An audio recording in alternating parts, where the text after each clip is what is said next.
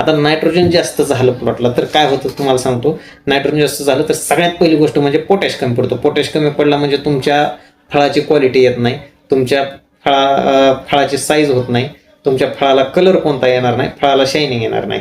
आणि सगळ्यात महत्त्वाचं काय तर नायट्रोजन जास्त झाला म्हणजे रोगराई वाढली. म्हणजे जेवढा नायट्रोजन जास्त तेवढा रोग जास्त प्लॉटला. गोष्ट नायट्रोजन जास्त झाला तर जर प्लॉटमध्ये कॅल्शियम कमी पडलं तर फळाची जी साल आहे तुमच्या ती वीक होते, पातळ होते, फळाचं क्रॅकिंग वाढतं, तुमच्या प्लॉटवरती तेल्या वाढतो. नायट्रोजन जास्त झालं तर बोरॉन हे आपल्या प्लॉटमधील कमी होतं, बोरॉनची कमतरता येते.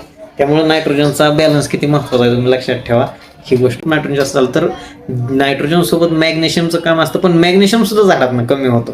म्हणजे तुम्ही जर नुसता नायट्रोजन जास्त दिला तर झाडामध्ये राहिलेले 13 जे न्यूट्रिएंट्स आहेत त्या 13 न्यूट्रिएंट्समध्ये कॉम्पिटिशन वाढते झाडामध्ये, ज्यामुळे सोप्या भाषेत सांगायचं झालं तर झाडाचे सगळे सेन्सर उडतात. झाडाला काय करायचं हे कळत नाही, कोणता अन्नघटक घ्यायचा, कोणता सोडायचा, कोणता ठेवायचा काहीच कळत नाही. त्याच्या पूर्ण सेन्सर उडतात. संपूर्ण 13च्या 13 अन्नघटकांमध्ये कॉम्पिटिशन वाढते.